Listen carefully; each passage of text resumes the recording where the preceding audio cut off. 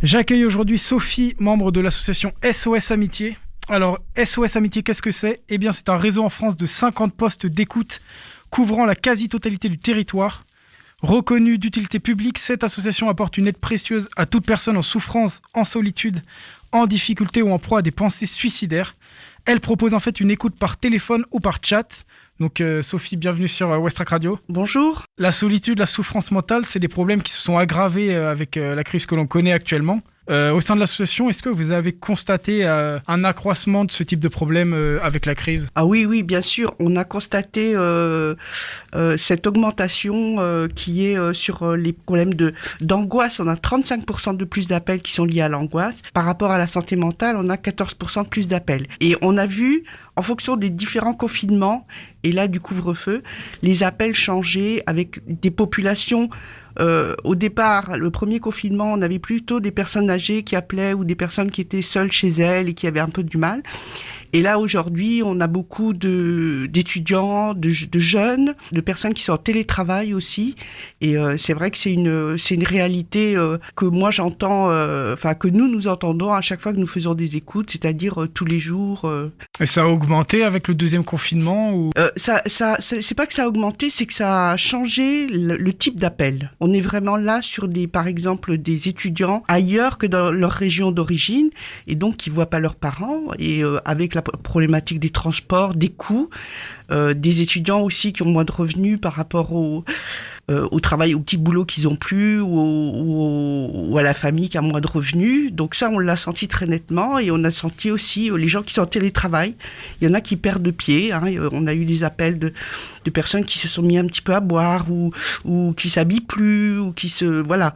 C'est ce type d'appel qu'on a eu là en cette dernière partie de 2020 en fait. Je me disais paradoxalement, on est dans une société hyper connectée, mais on constate aussi une augmentation du sentiment de solitude. Fin 2020, par exemple, il y a une étude de la Fondation de France qui révélait une forte hausse de l'isolement relationnel en France ces 10 dernières années. Je me demandais du coup comment on vient en aide à une personne qui est dans une situation de solitude extrême, comment on essaye de l'aider. Cette question de la solitude, elle est vraiment prégnante parce qu'on ne s'imagine pas le niveau de solitude de certaines personnes. On les écoute parce qu'on est là pour ça, donc du coup ils nous parlent de leurs soucis ou de ce qui leur fait plaisir quand ils sont chez eux, leurs animaux domestiques par exemple, ou une lecture, un disque. Enfin, on essaye d'avoir une conversation qui respecte ce que l'appelant veut nous dire en fait, et on le fait avec beaucoup d'empathie. On n'est pas là pour juger les appels ou pour leur dire tiens, il faudrait faire comme ci, il faudrait faire comme ça. On est là pour les écouter,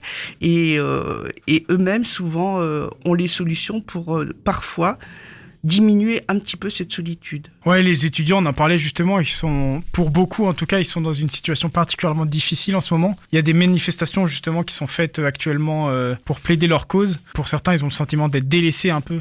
Ah ben ça c'est clair, on a des étudiants qui nous ont expliqué leur quotidien avec leur petit studio de 15 ou 20 mètres carrés, le fait d'être devant les écrans, des étudiants qui ont intégré la fac là cette année, et en fait qui ont été pratiquement pas du tout, en 2020 en présentiel. C'est vrai que ça a quelque chose d'un peu ubuesque, ils ont beaucoup de questionnements par rapport à leur avenir, comment ça va se passer, et c'est vrai que quand on est jeune, on a besoin du lien avec les autres.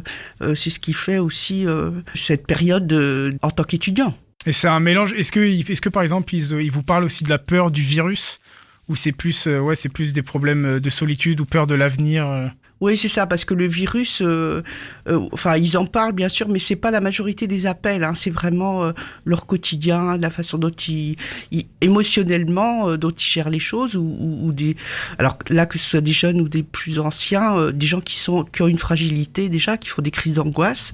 On a ça aussi très très souvent.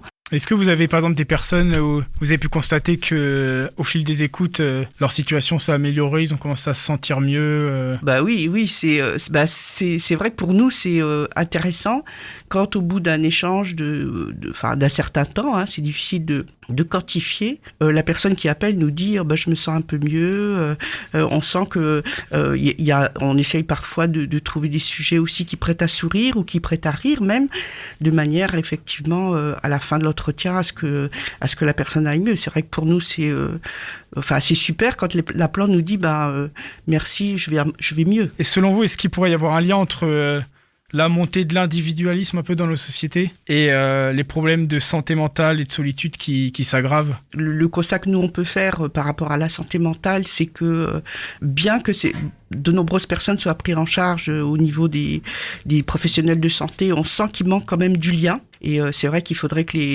le tissu associatif soit plus développé, alors sous des formes complètement différentes, mais pour effectivement faire ce lien, parce que on est, et comme vous le disiez tout à l'heure, une société de plus en plus connectée, mais avec des gens de plus en plus seuls et des gens qui restent un peu au bord du chemin. Donc effectivement, j'espère que l'épidémie nous permettra de réfléchir sur toutes ces problématiques et peut-être de trouver des solutions. Oui, vous apportez une aide importante parce que c'est vrai que le coût d'une thérapie, ça peut être des fois assez inabordable pour certains, un peu cher. Et là, du coup, pour vous, c'est gratuit, quoi. Oui, alors on n'est pas des thérapeutes, hein, mais c'est vrai que le coût d'une séance revient lors de nos échanges, et le fait d'avoir quelqu'un au bout du fil qui est anonyme, ça permet parfois aussi de dire des choses qu'on ne dit pas forcément à son thérapeute. Nous, on l'a relativement souvent.